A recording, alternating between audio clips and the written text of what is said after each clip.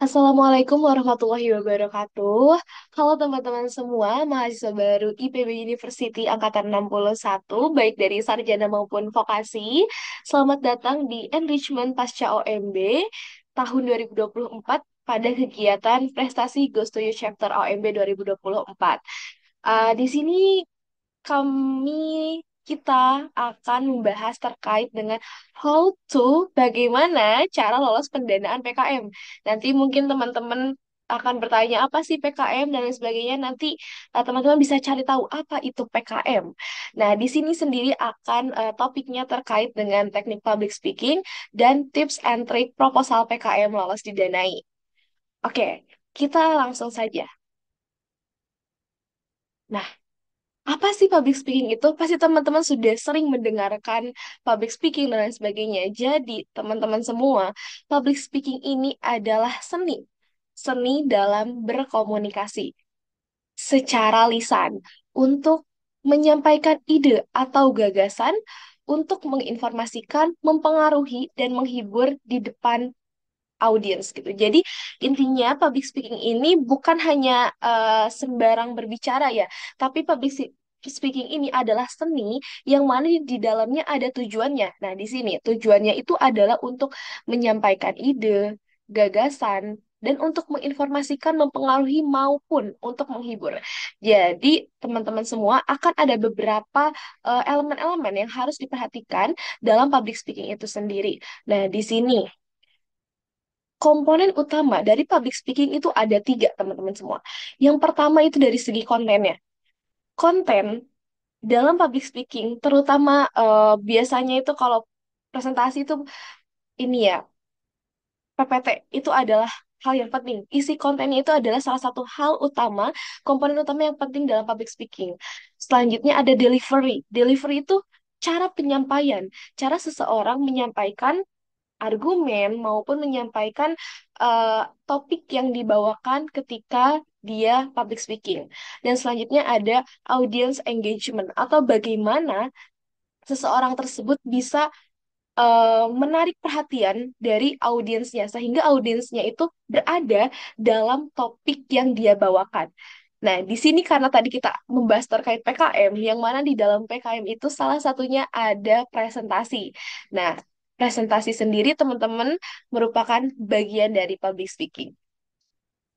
Nah, di sini bagaimana sih cara menyusun materi presentasi yang baik? Nah, di sini ini ada contoh ya, contoh dari skrip presentasi, skrip materi presentasi ketika seseorang akan presentasi atau mahasiswa akan presentasi terkait dengan PKM. Yang pertama yang harus diperhatikan adalah struktur dari presentasi itu sendiri. Nah, ini dia. Secara garis besar, terdapat tiga struktur, mulai dari pembukaan, isi, sampai dengan penutup. Yang mana setiap bagian-bagian ini ada komponen-komponennya tersendiri, teman-teman semua. Nih, yang pertama itu ada hook presentasi. Hook presentasi ini merupakan kalimat pembuka, yang mana nanti akan dijelaskan di slide selanjutnya, kalimat pembuka yang mengawali presentasi. Selanjutnya ada latar belakang. Jika di dalam sebuah PKM atau Pekan Kreativitas Mahasiswa, latar belakang ini adalah salah satu hal pertama yang penting yang harus disampaikan ketika rekan-rekan semua di sini nanti menjadi peserta dari PKM. Ketika presentasi latar belakang, kenapa sih teman-teman misalkan membuat produk ini? Alasan kenapa sih teman-teman eh, melaksanakan program ini?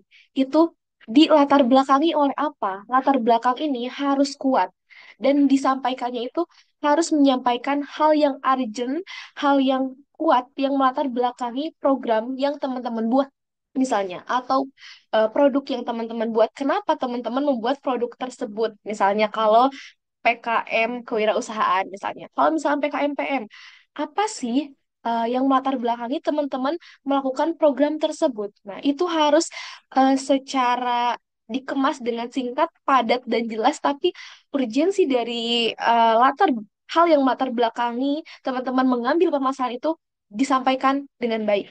Selanjutnya, masalah. ini masalah juga harus dimunculkan. Kenapa sih teman-teman? Masalahnya memang apa? Masalah yang ada di masyarakat apa dan lain sebagainya. Itu harus juga disampaikan ketika di pembukaan.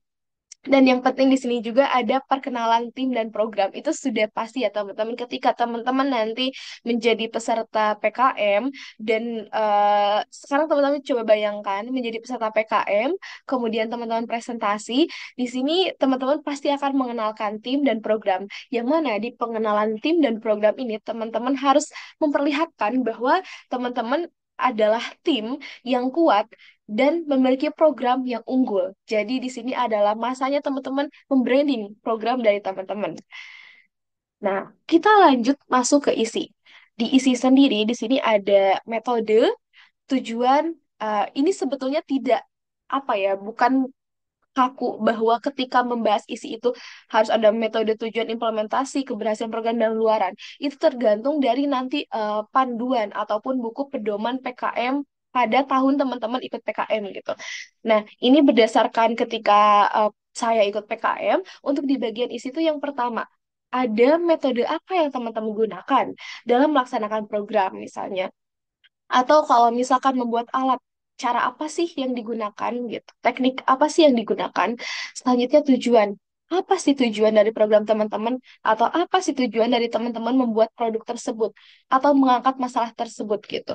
Selanjutnya implementasi program. Nah, ini juga adalah hal yang penting.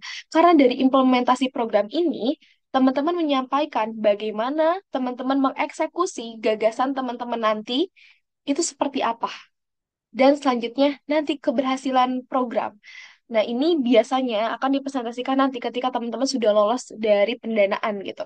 Nah, keberhasilan program, program teman-teman atau produk yang teman-teman buat ini berhasil atau tidak.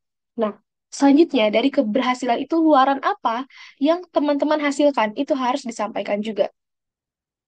Selanjutnya di sini ada kesimpulan atau penguat, ajakan bertindak, dan closing statement. Nah, terkait dengan kesimpulan atau penguat, di sini ketika teman-teman sudah menjelaskan dari tadi latar belakang masalahnya apa, kenapa teman-teman mengangkat program tersebut, kemudian bagaimana cara teman-teman mengeksekusi di lapangan, implementasinya seperti apa, lalu di penutup teman-teman kuatkan bahwa memang misalkan program teman-teman ini adalah program yang tepat sasaran dan tepat guna untuk menyelesaikan masalah yang teman-teman tadi sudah sampaikan di awal gitu. Di sini teman-teman harus benar-benar menguatkan dan meyakinkan juri bahwa program ini adalah program yang tepat dan memang harus dilaksanakan gitu. Kemudian berikan semacam closing statement atau ajakan untuk bertindak untuk sama-sama menyelesaikan masalah yang ada di awal melalui program yang teman-teman bawakan. Seperti itu. Nah, ini juga di sini ada contoh dari skripnya. Di sini teman-teman, walaupun teman-teman misalkan, wah jago tanpa skrip dan lain sebagainya, tapi ketika untuk PKM, alangkah lebih baiknya ketika teman-teman di sini memiliki skrip. Di skrip presentasi ini, teman-teman harus detail, harus jelas gitu. Per slide, slide per slide, slide satu misalkan. Nih, di sini ada contohnya ya. Dewan juri yang kami hormati, kami mohon izin untuk melakukan persiapan terlebih dahulu. Nah, ketika slide satu itu tampilannya apa, berarti itu yang harus disampaikan. Gunanya apa, teman-teman? Adanya skrip ini. Nah, adanya skrip ini gunanya adalah untuk teman-teman latihan mengatur waktu, untuk teman-teman menjadi lebih terarah dalam menyampaikan presentasi tersebut gitu. Nih, slide per slide itu setiap satu slide ada satu skrip presentasi yang lengkap. Walaupun nanti dalam penyampaiannya teman-teman mau menyampaikan misalkan tidak sesuai banget dengan skrip itu tidak apa-apa. Yang penting teman-teman sudah punya acuan untuk hal apa saja yang mau teman-teman sampaikan. Jadi membuat skrip presentasi dalam kegiatan PKM itu adalah salah satu hal yang penting. Di skrip tersebut juga ini ya kelihatan ada garis miring satu, garis miring dua, yang itu merupakan jeda. Jadi setiap teman-teman berbicara, karena tadi seperti yang saya jelaskan di awal, bahwa presentasi adalah bagian dari public speaking. Dan public speaking ini adalah seni dalam berbicara. Yang namanya seni itu harus indah. Jadi teman-teman tidak berbicara dengan asal, tidak mempresentasikan dengan asal, tapi teman-teman ada patokannya untuk menyampaikan presentasi tersebut. Oke. Nah, tadi ya, terkait dengan hook presentasi, apa sih hook presentasi itu? Apa sih kalau Hobipa hook presentasi itu? Gitu. Nah, jadi hook presentasi ini merupakan cara untuk membuat presentasi menarik di 5 detik pertama. Jadi teman-teman, 5 detik pertama adalah awal audiens maupun nanti mungkin dewan juri ya melihat atau first impression. First impression dewan juri maupun audiens melihat tampilan dari teman-teman, melihat program dari teman-teman itu dari 5 menit pertama teman-teman membawakan. Ketika teman-teman berhasil membawakan dengan baik di 5 menit pertama itu, maka teman-teman akan memiliki potensi yang besar untuk diperhatikan sampai dengan akhir. Tapi ketika teman-teman di awal saja, di 5 detik pertama saja memberikan kesan yang kurang baik, maka di tengah nanti untuk perjalanan ke tengah sampai ke akhir presentasi itu akan cukup susah untuk menarik perhatian audiens. Jadi teman-teman ingat di sini bahwa hook dari presentasi atau tarik daya tarik 5 detik pertama itu sangat penting untuk diperhatikan. Nah, ini ya. Nah, bagaimana sih teknik dari hook presentasi tersebut? Jadi, dalam presentasi itu biasanya terkait dengan misalkan kisah singkat atau misalkan fakta yang mengejutkan. Dan hook presentasi ini biasanya berisi dengan pertanyaan retoris, yang mana pertanyaan itu tuh tidak harus dijawab, tapi ketika teman-teman mengajukan pertanyaan itu, semua orang bisa memikirkan bahwa oh iya ya, kenapa ya? Nah, itu adalah hook presentasi yang menarik perhatian dari audiens. Oke, nah teman-teman semua, jadi hook presentasi ini adalah salah satu faktor penting yang bisa teman-teman gunakan untuk menarik perhatian di awal, baik itu perhatian nanti dewan juri maupun audiens. Nah, ini cara menyusun materi presentasi itu seperti apa ya?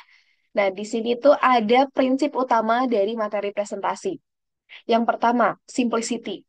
Jadi, teman-teman nanti ketika membuat PPT, hindari terlalu banyak teks karena namanya power of point ya. Jadi, harus poin-poin utamanya saja ketika teman-teman membuat power of point gitu kan, membuat PPT.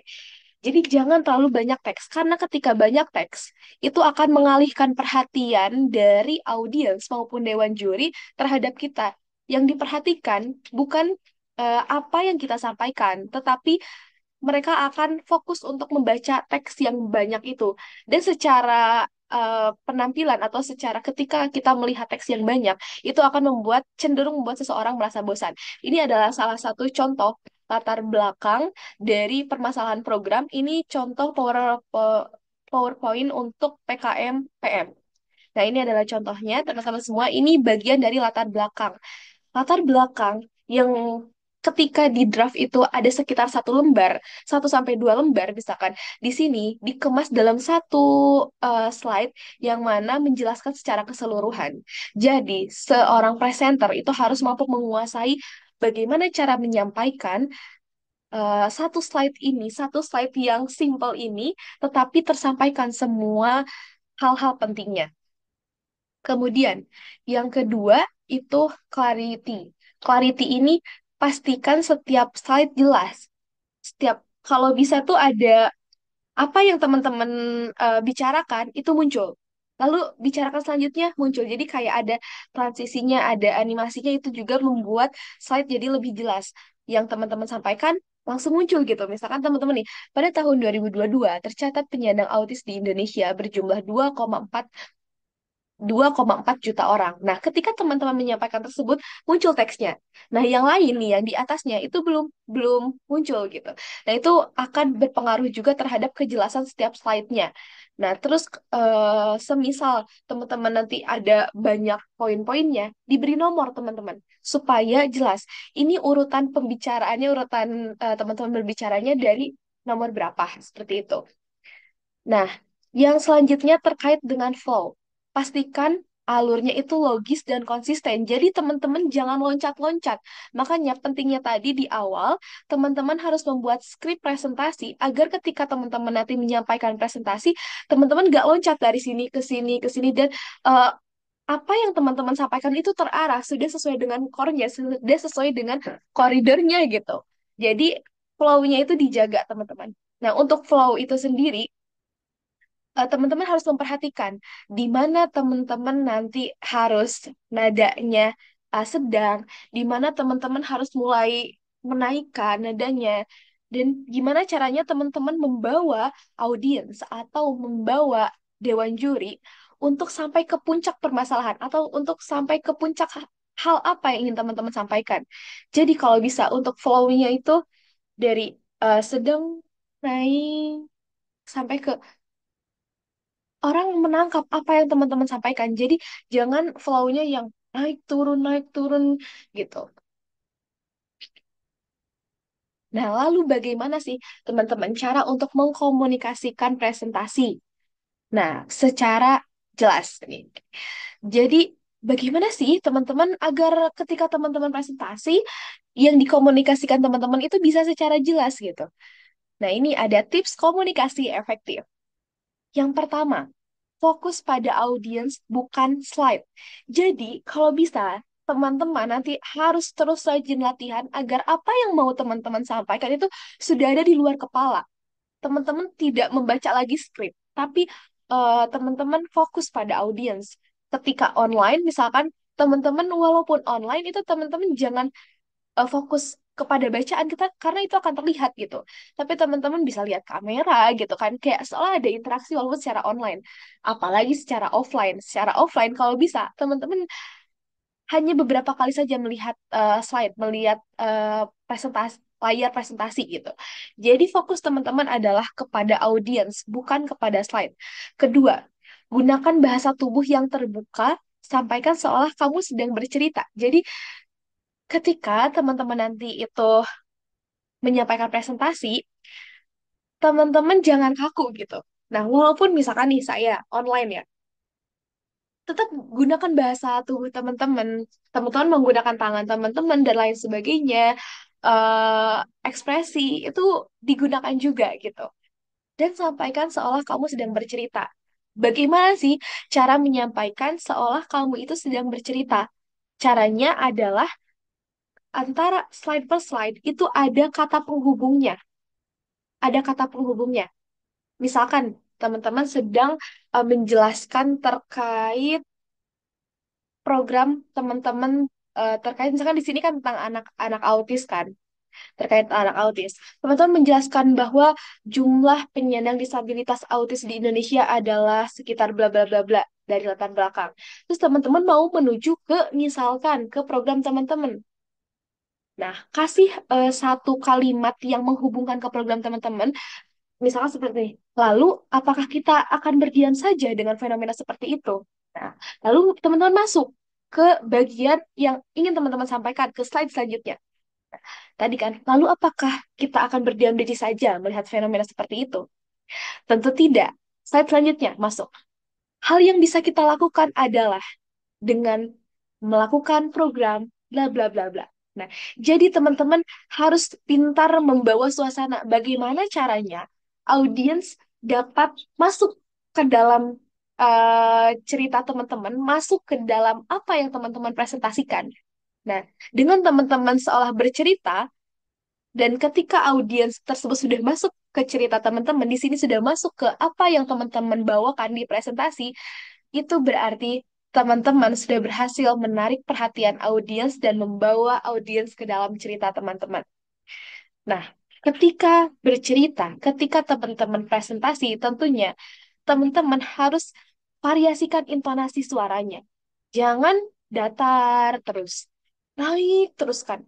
Ada tuh yang naik terus, tapi ada yang flat datar terus. Nah, teman-teman harus menyesuaikan dengan apa yang teman-teman sampaikan. Gitu. Jadi selain tips komunikasi yang efektif, kita juga harus memperhatikan teknik visualisasinya. Teknik visualisasinya ini dilihat dari eh, konten yang teman-teman bawakan melalui, kalau presentasi di PKM berarti melalui PPT maupun video kalau misalkan yang berbentuk ada videonya atau ada gambar-gambarnya. Nah, di sini dari teknik visualisasi ini teman-teman harus memperhatikan grafik, diagram, gambar untuk menjelaskan data. Nah, yang mana grafik, diagram, dan gambar untuk menjelaskan data ini harus ditempatkan oleh teman-teman secara jelas. Secara jelas nih, misalkan ini di slide presentasi contoh ini misalkan mengetahui namanya sendiri nih, di bagian self recognition, di sini mengetahui namanya sendiri, itu di setiap batangnya, di diagram batang ini, di setiap batangnya, di atasnya dikasih berapa berapa orang gitu kan. Misalkan di sini jumlah anaknya itu 3 orang, di atasnya dikasih poin 3, 12, 16. Ini tuh supaya terlihat jelas bahwa oh ternyata secara self recognition dengan pelaksanaan program ini ketika sudah 3 kali melaksanakan program bahwa terdapat yang awalnya dari 3 anak menjadi 16 anak yang menjadi tahu terkait dengan namanya sendiri gitu. Terus di sini persentasenya itu teman-teman harus sampaikan melalui PPT-nya itu dengan jelas. Terus teman-teman bisa juga highlight poin-poin pentingnya gitu. Nah, gunakan juga warna-warna yang tidak menusuk mata gitu, warna-warna yang enak untuk dipandang itu secara teknik visualisasinya juga harus diperhatikan. Nah, selain itu teman-teman tadi kan sudah cara komunikasinya, kemudian teknik visualisasinya, yang tidak kalah penting adalah waktu dan tempo ketika presentasi. Karena presentasi dalam PKM itu memiliki aturan yang jelas. Waktunya harus berapa, selesainya tuh harus di menit keberapa, tanya jawab itu berapa menit, itu jelas. Dan teman-teman di sini, maka dari itu teman-teman harus pandai dalam mengelola waktu. Nah, bagaimana sih gitu? Bagaimana sih Kak Hopipa cara mengelola waktu? Nah, cara mengelola waktu sendiri teman-teman di sini yang pertama, batasi jumlah slide. Jadi, nah tadi kan di bagian skrip teman-teman itu ada slide pertama, kemudian ada skripnya apa, yang disampaikannya apa. Nah, di situ kira-kira ketika teman-teman menyampaikan satu slide, itu estimasi waktunya berapa menit? Slide pertama kira-kira berapa menit gitu? Slide kedua berapa menit? Atau berapa detik? Nah, nanti di teman-teman diakumulasikan, oh Kak, berarti ketika teman-teman menyampaikan slide ini, teman-teman tidak boleh lebih dari 3 menit gitu. Kalau misalkan teman-teman menyampaikan, misalkan slide kedua itu lebih dari 3 menit, maka nanti akan ada part atau beberapa slide yang tidak terjelaskan dengan baik gitu. Nah, di sini dengan membatasi jumlah slide itu lebih ke mengetahui gitu. Setiap slide itu kira-kira estimasi waktunya berapa menit, itu akan membantu teman-teman untuk lebih bisa mengelola waktu. Kemudian buat timekeeper untuk setiap bagian presentasi ya, yang tadi sudah saya sampaikan. Jadi setiap bagiannya itu ada hitungan waktunya dan jangan terlalu cepat ataupun lambat. Jadi teman-teman harus memperhatikan misalkan nih, waktu presentasi hanya sekitar 10 menit. Sedangkan yang teman-teman sampaikan itu banyak gitu kan. Jadi teman-teman harus ngebut gitu. Nah, itu nggak seperti itu teman-teman.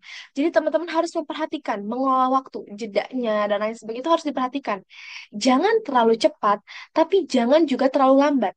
Nah, maka dari itu penting teman-teman tadi membuat skrip presentasi agar kalau semisal teman-teman sudah merasa bahwa itu sudah ideal gitu, sudah tidak terlalu cepat maupun sudah tidak terlalu lambat, tetapi ternyata waktunya jadi lebih. Nah, dari skrip presentasi yang sudah teman-teman buat, itu coba teman-teman edit-edit lagi, kira-kira part mana nih yang harus dibuang? Part mana sih nih yang seharusnya tidak disampaikan? Seperti itu. Nah, yang kedua adalah teman-teman harus pandai juga dalam mengelola tempo. Nah, caranya bagaimana sih mengelola tempo, Kak? Yang pertama, tingkatkan tempo di bagian yang penting. Jadi teman-teman berikan penekanan-penekanan di bagian-bagian yang penting. Misalkan, berdasarkan hasil penelitian menunjukkan bahwa terdapat 5.444 juta orang. Jadi di situ kan ingin menekankan bahwa sangat banyak orang yang misalkan 5.444 juta penyandang disabilitas. Teman-teman ingin menekankan bahwa banyak loh penyandang disabilitas gitu. Nah, teman-teman beri tekanan di bagian-bagian yang menurut teman-teman penting. Nah, misalkan Bapak Ibu Dewan Juri yang terhormat, Misalkan ini saya contohkan ya. Bapak Ibu Dewan Juri yang terhormat, dengan melakukan program ini, maka permasalahan terkait dengan penyandang disabilitas akan terselesaikan dengan tuntas. Gitu. Nah, di situ coba teman-teman ada penekanannya bahwa dengan adanya program tersebut, permasalahan akan terselesaikan dengan tuntas. Berikan jeda. Jadi ketika teman nih, sisipkan jeda untuk pertanyaan atau refleksi. Jadi ketika teman-teman ingin memberikan pertanyaan yang kan presentasi itu satu satu arah ya, kalau di PKM presentasi awal tuh satu arah gitu. Jadi teman-teman presentasikan semuanya baru nanti di akhir akan ada tanya jawab. Nah, teman-teman misalkan mau dari menjelaskan, kemudian teman-teman mau seolah-olah bertanya kepada audiens, itu kasih jeda. Misalkan ketika teman-teman yang tadi ya, berdasarkan hasil penelitian, sebanyak 5.440 juta penyandang disabilitas di Indonesia memiliki permasalahan. Nah, ini teman-teman mau masuk ke pertanyaan yang menarik audiens. Kasih jeda dulu. Lalu, apakah kita mau berdiam saja? Nah, misalkan, itu misalkan seperti itu ya, teman-teman. Kemudian, yang paling penting adalah teman-teman harus berlatih untuk menjaga konsistensi dari durasi. Teman-teman itu harus sering-sering latihan. Karena kalau tidak sering latihan itu durasi itu bisa pertama bisa 13 menit, terus loncat jadi 15 menit, tapi bisa juga jadi 10 menit. Jadi teman-teman harus rajin latihan untuk mengetahui nih dengan tempo segini, dengan saya membawakan alurnya seperti ini, itu akan selesai dalam waktu 10 menit misalkan.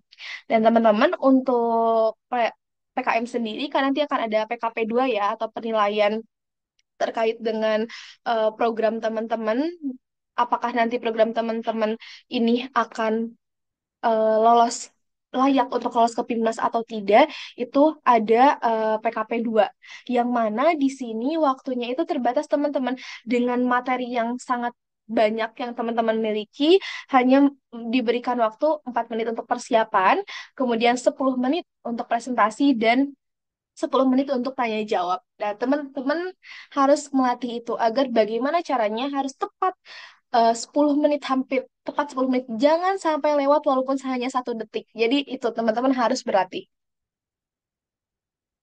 Oke. Nah, selanjutnya untuk menjaga interaksi dengan audiens. Karena sebagai presentator itu harus bisa menjaga tadi kan audience engagement gitu, harus bisa menjaga interaksi dengan audiensnya. Nah, di sini bagaimana sih cara menjaga interaksi dengan audiens? Nah, yang tadi yang di awal kita dari awal sudah menarik perhatian audiens dengan hook presentasi, tarikan kalimat tarikan menarik perhatian di 5 detik pertama. Lalu ajak audiens untuk berpikir ataupun menyampaikan pendapat gitu. Jadi ketika teman-teman presentasi, ajaklah audiens untuk ikut masuk ke dalam presentasi yang teman-teman bawakan gitu. Nah, makanya tadi ya harus seperti bercerita. Kenapa bercerita ya? Agar audiensnya itu bisa masuk gitu ke dalam apa yang teman-teman sampaikan. Karena melalui cerita biasanya itu akan lebih masuk dibandingkan melalui pidato dan sebagainya gitu. Nah, ini gunakan eye contact untuk koreksi. Ini penting, eye contact, apalagi kalau offline. Kalau presentasi dilakukan secara offline, ini eye contact. Teman-teman nanti memandang dewan juri yang terhormat, memandang dan audiens yang saya hormati gitu. Itu misalkan ya, itu sangat penting. Kontak mata itu, misalkan ketika orang yang lagi tidak memperhatikan, kita kontak langsung tek gitu. Nah, gitu. Begitupun nanti dengan dewan juri ya, terutama kalau dalam PKM. Nah, kalau online bagaimana nih gitu eye contact-nya. Nah, teman-teman bisa dengan soal tuh mata teman-teman tuh bukan sedang membaca, tapi mata teman-teman sedang memperhatikan layar layar teman-teman gitu. Bisa dengan melihat ke kamera gitu. Bisa dengan melihat ke bagian-bagian yang seolah terlihat itu bahwa teman-teman memang sedang berinteraksi gitu dengan yang lainnya. Nih, Nanti teman-teman, ketika teman-teman itu presentasi PKM, misalkan PKP 2 maupun nanti di PIMNAS, itu akan tentunya akan ada tanya jawab. Nah, biasanya gimana nih Kak, kalau misalkan nggak bisa jawab gitu, cara jawabnya gimana ya gitu. Nah, yang pertama teman-teman harus tenang dulu. Ketika misalkan teman-teman, aduh nggak tahu ini jawabannya apa. Kalau teman-teman tahu jawabannya, mungkin teman-teman akan bisa langsung menjawab. Tapi ketika teman-teman nervous, gak tenang, walaupun teman-teman tahu jawabannya, bisa jadi blank, teman-teman gak bisa jawab gitu. Jadi yang penting, ketika teman-teman nanti dapat pertanyaan dari Dewan Juri, yang penting yang pertama adalah teman-teman harus tetap tenang. Jangan panik ya teman-teman, harus tetap tenang. Kemudian tunjukkan muka tenang dengan cara apa? Tersenyum teman-teman. Ketika misalkan Dewan Juri menanyakan, memang emang program yang kalian bawa ini bisa menyelesaikan masalah tersebut gitu misalkan. Nah, lalu teman-teman tanggapi dengan pertama teman-teman senyum. Ketika Dewan Juri menyampaikan pertanyaannya, teman-teman senyum, teman-teman mengangguk seolah teman-teman memang sedang memperhatikan pertanyaannya. Nah, gitu. Tunjukkan muka yang tenang, teman-teman enggak walaupun teman-teman duduk-duduk gitu deg-degan, tapi di situ jangan perlihatkan muka tegang teman-teman, tapi perlihatkan bahwa teman-teman tahu jawabannya walaupun sebenarnya nggak tahu gitu. Nah, kemudian kalau teman-teman merasa bingung terkait dengan maksud dari pertanyaannya, tidak apa teman tidak apa-apa teman-teman untuk mengklarifikasi pertanyaannya gitu. Tapi harus memilih kata yang tepat juga. Jangan sampai kesannya nanti seolah teman-teman tidak memperhatikan apa pertanyaan dari Dewan Juri. Nah, yang selanjutnya nih, teman-teman jangan mengarang data jika data yang ditanyakan mudah diakses. Misalkan nih, ditanyakan, emang berapa sih jumlah penduduk di desa tersebut? Teman-teman nggak tahu. Terus teman-teman ngarang gitu. Nah, sedangkan data itu ada di Google. Jadi, teman-teman jangan mengarang data yang memang sudah tertera dan mudah diakses oleh juri atau oleh orang lain gitu. Ini harus diperhatikan juga ya, teman-teman. Makanya, sebelum presentasi ini penting bagi seluruh tim untuk mempelajari betul apa program yang kalian bawa, apa produk yang kalian buat gitu. Harus dipelajari dengan betul-betul. Nah, kita sekarang akan masuk ke yang utama, tips and trick proposal lolos didanai. Nah, gimana sih caranya biar proposal PKM teman-teman lolos didanai? Nanti teman-teman bisa sampai PIMNAS gitu kan. Nah, yang pertama teman-teman harus lolos dulu didanai agar gagasan teman-teman yang ada di proposal itu bisa teman-teman implementasi, bisa teman-teman eksekusi dengan dana yang diberikan oleh Dikti. Nah, ada tips strategisnya teman-teman. Yang pertama, yang penting adalah teman-teman harus melakukan riset mendalam sebelum menulis proposal. Riset itu sangat penting teman-teman, karena PKM itu adalah pekan kreativitas mahasiswa dan pekan ilmiah. Maka ketika kompetisi itu adalah ilmiah, semuanya harus by data, by riset. Tidak boleh asal-asal saja gitu. Teman-teman kayak, ah teman-teman merasa ini adalah masalah gitu, jadi harus diselesaikan. Tapi teman-teman tidak meriset dulu. Secara mungkin secara online, secara offline teman-teman tidak melakukan riset dulu. Itu akan membuat latar belakang dari teman-teman itu tidak kuat. Nah, dengan teman-teman melakukan riset, itu akan membuat latar belakang teman-teman nanti dalam penyusunan proposal atau penyusunan program itu menjadi kuat, teman-teman. Jadi, riset yang mendalam. Kalau bisa teman-teman riset baik itu by jurnal atau di media atau teman-teman wawancara, datang langsung, metode risetnya bisa dilakukan dengan berbagai metode. Yang penting teman-teman melakukan riset. Yang kedua, tunjukkan keunikan ide atau solusinya. Jadi teman-teman harus menunjukkan apa sih keunikannya, karena ini kan namanya pekan kreativitas. Yang mana kreativitas itu berhubungan erat dengan keunikan, dengan inovasi, dengan kreatif gitu. Jadi teman-teman itu harus sedini mungkin memunculkan keunikan ide atau solusi yang teman-teman bawa untuk menyelesaikan permasalahan yang ada, misalkan gitu.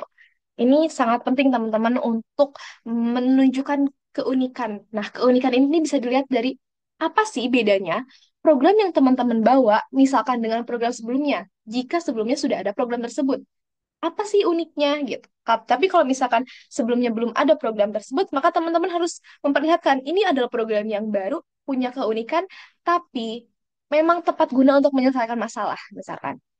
Nah, ini selanjutnya teman-teman memang harus menyampaikan dengan jelas ya, tentunya terkait dengan tujuan, metodologi, dan keberhasilan program, seperti yang tadi sudah disampaikan juga di awal terkait dengan struktur dari presentasi, kemudian mempresentasi presentasikan proposal dengan visual menarik dan data pendukung. Nah, ini teman-teman, data pendukung ini sangat penting. Jadi, untuk di PKM, apapun argumen yang teman-teman tulis di proposal itu harus by riset, harus ada data pendukungnya. Apakah dari BPS kah? Atau misalkan dari lembaga mana, dari kementerian mana, itu harus sesuai. Misalkan teori, ini teorinya siapa? Dan teorinya harus yang memang jelas citasinya, jelas acuannya kemana, tidak boleh asal-asalan gitu. Kalau misalkan hasil wawancara, siapa yang diwawancaranya, kapan wawancaranya dilakukan gitu. Itu harus sangat diperhatikan ya data pendukung. Nanti akan dilihat juga berapa jumlah citasi teman-teman, apakah yang teman-teman citasi itu, kalimat atau teori yang teman-teman citasi itu memang benar atau tidak, itu diperhatikan dalam PKM teman-teman. Nah, yang kedua, teman-teman harus memahami kriteria penilaian. Nah, untuk kriteria penilaian ini sendiri, teman-teman itu sudah ada di buku pedoman. Nanti teman-teman ketika ikut PKM, teman-teman harus wajib baca buku pedoman, kriteria penilaiannya apa gitu. Nah, ini beberapa, mungkin hanya sebagian kecil ya kriteria penilaian dalam PKM itu relevansi dengan tujuan program, kebermanfaatan atau dampak yang dihasilkan. Jadi, apakah program yang teman-teman ini berdampak secara luas? Apakah program tersebut memang dibutuhkan gitu? Itu menjadi penilaian juga si konten maupun substansinya. Nah, di sini anggaran juga itu diperhatikan, seluruh elemen di PKM itu diperhatikan. Jadi terkait dengan titik koma atau format itu juga sangat diperhatikan teman-teman.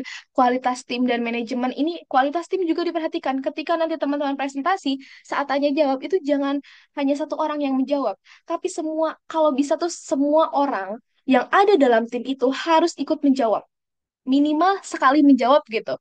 Satu orang sekali menjawab itu minimal. Dari situ bisa dilihat bahwa oh, semua anggota tim tersebut paham nih dengan programnya. Tapi ketika yang menjawab hanya itu saja, apalagi yang presentasi dia menjawab juga, itu nanti kesannya oh, ini kayaknya tuh yang tahu hanya ini aja gitu. Jadi teammate gitu. Kekuatan tim di dalam PKM itu sangat dilihat juga. Nah, selanjutnya di sini ada hal-hal yang mungkin bisa menjadi strategi gitu untuk teman-teman agar teman-teman bisa lolos didanai proposalnya. Jadi teman-teman harus ada keresahan, harus ada keingin keinginan untuk mencari tahu gitu.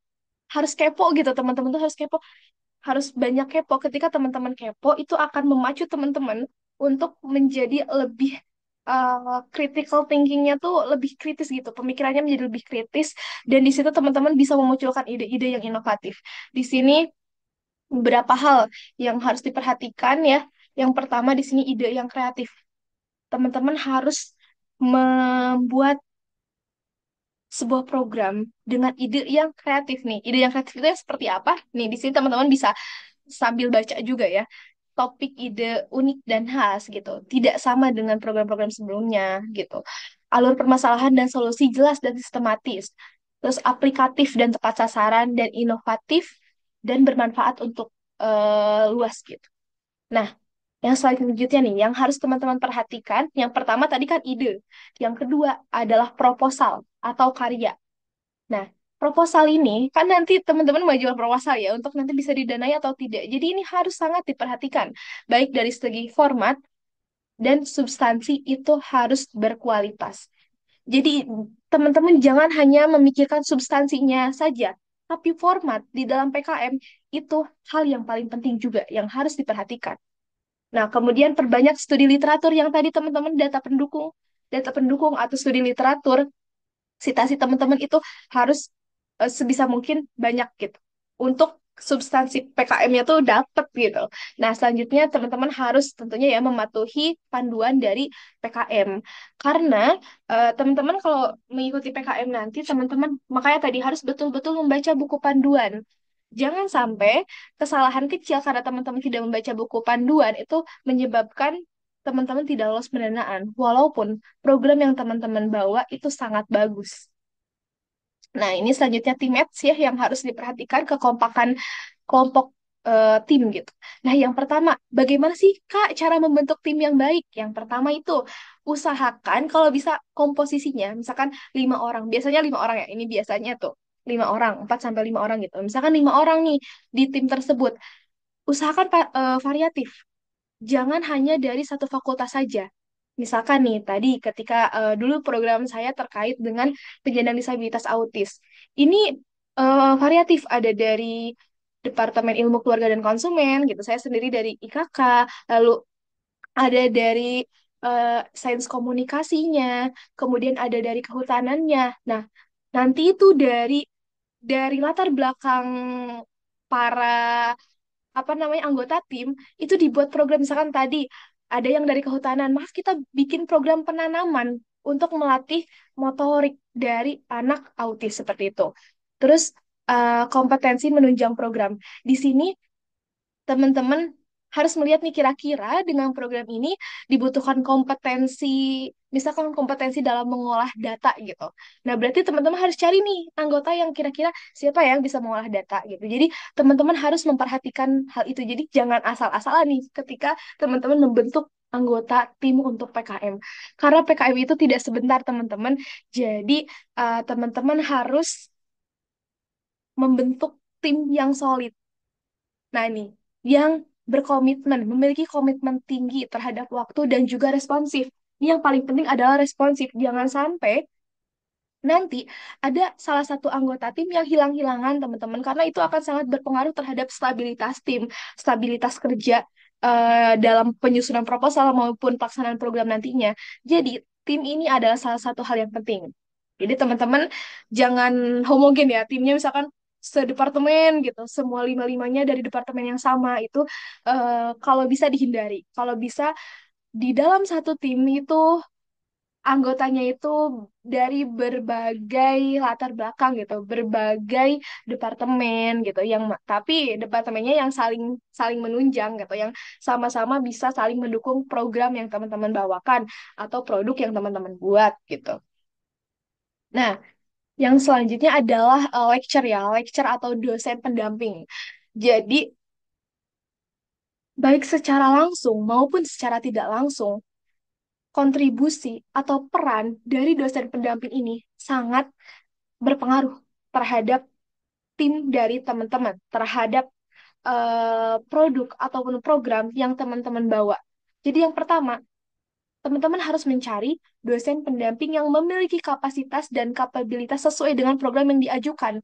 Jadi teman-teman nanti kan teman-teman akan merumuskan dulu masalahnya apa nih, terus kira-kira mau bikin program apa. Nah, dari situ teman-teman coba cari, kira-kira nih kalau misalkan aku mau bikin program timku mau bikin program pemberdayaan anak jalanan misalkan atau pemberdayaan ibu-ibu PKK misalkan.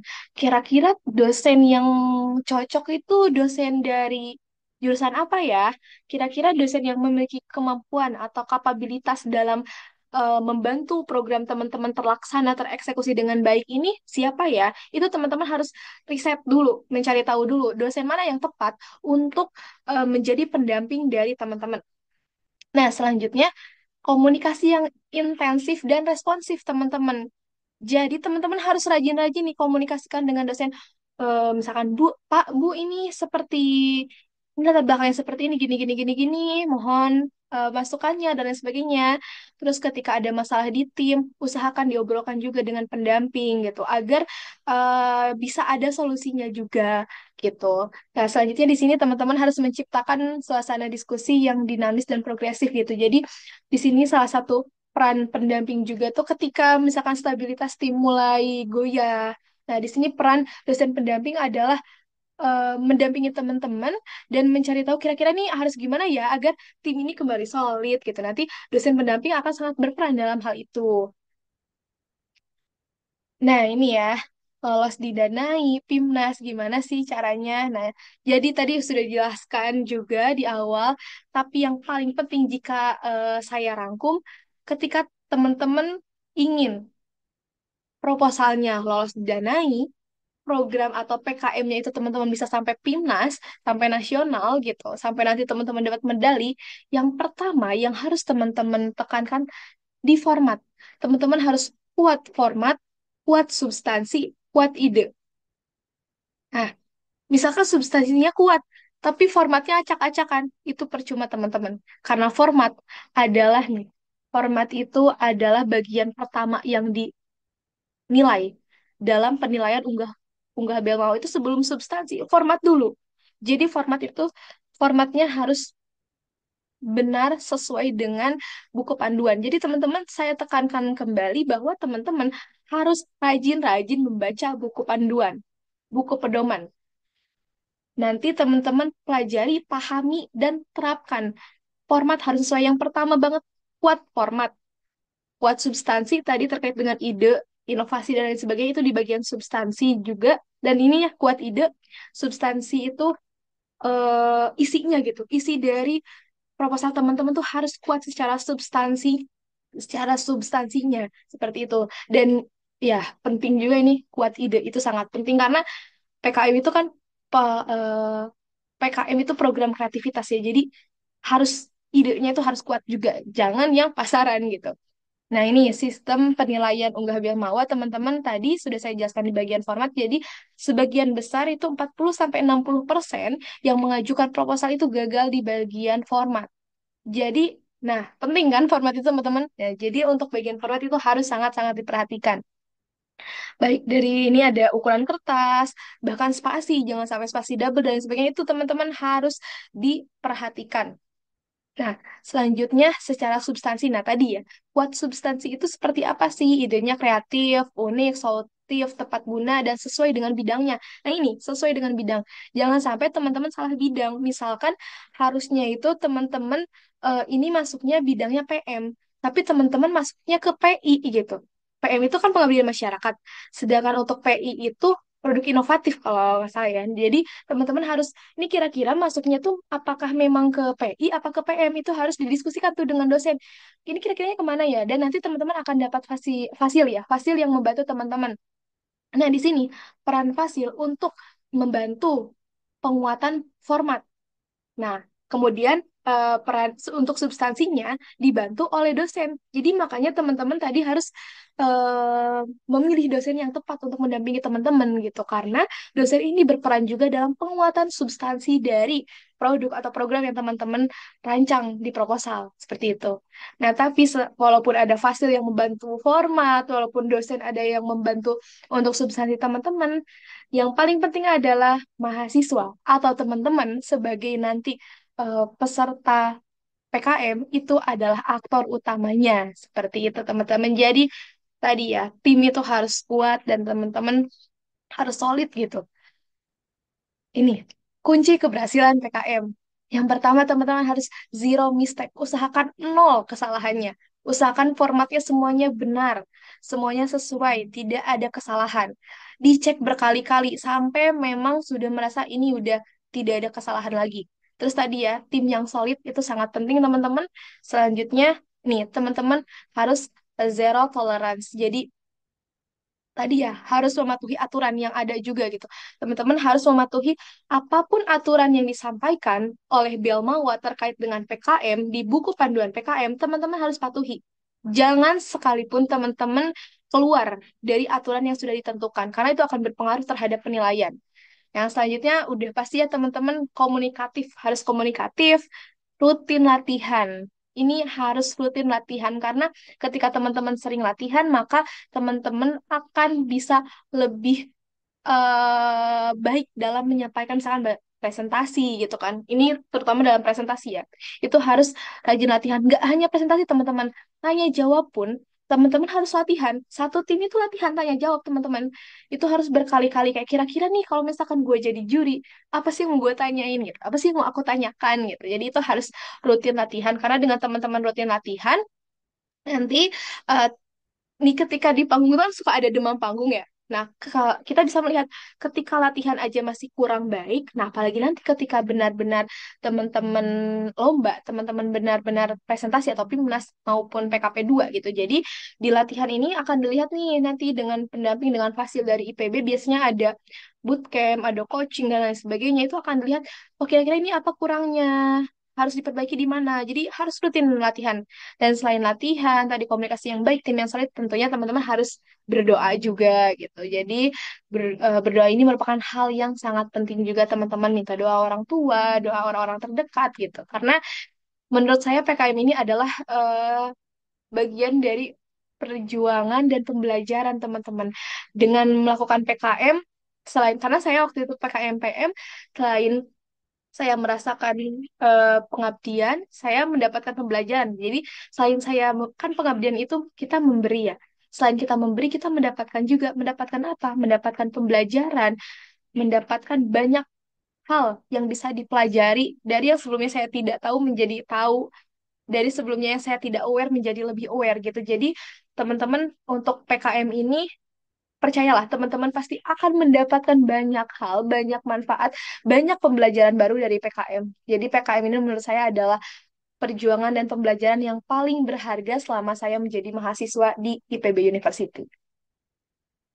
Oke, teman-teman semua, jadi sukses ini adalah kesempatan ditambah persiapan. Ketika saya waktu itu coaching maupun bootcamp, dari PRPM, dari rekan-rekan prestasi, dari PKM Center itu selalu menyampaikan bahwa sukses itu adalah kesempatan ditambah dengan persiapan. Jadi ketika teman-teman ingin sukses, yang pertama harus ada kesempatan. Tapi kesempatan aja tanpa teman-teman dipersiapkan, itu tidak akan menjadi kesuksesan. Jadi teman-teman harus memiliki kesempatan dan persiapan yang matang. Ketika kesempatan bertemu dengan persiapan dan teman-teman persiapkan dengan sangat matang, maka insya Allah teman-teman akan mencapai pada kesuksesan. Seperti itu, teman-teman. Teman-teman, keberhasilan itu dijemput dan dipersiapkan. Jadi, mumpung teman-teman sekarang masih mahasiswa baru, baru masuk ke dunia perkuliahan, jemputlah semua kesempatan-kesempatan yang ada agar teman-teman bisa menjemput keberhasilan dan persiapkan sedini mungkin. Jadi, teman-teman, mulailah untuk mengukir sejarah, mulailah untuk mengukir prestasi di IPB University, dan selamat datang teman-teman mahasiswa baru IPB University Angkatan 61 di kampus inovatif dan kampus berprestasi Institut Pertanian Bogor. Mungkin itu teman-teman yang bisa saya sampaikan. Terima kasih, selamat berjuang teman-teman, selamat mengukir prestasi di IPB University. Thank you. Assalamualaikum warahmatullahi wabarakatuh.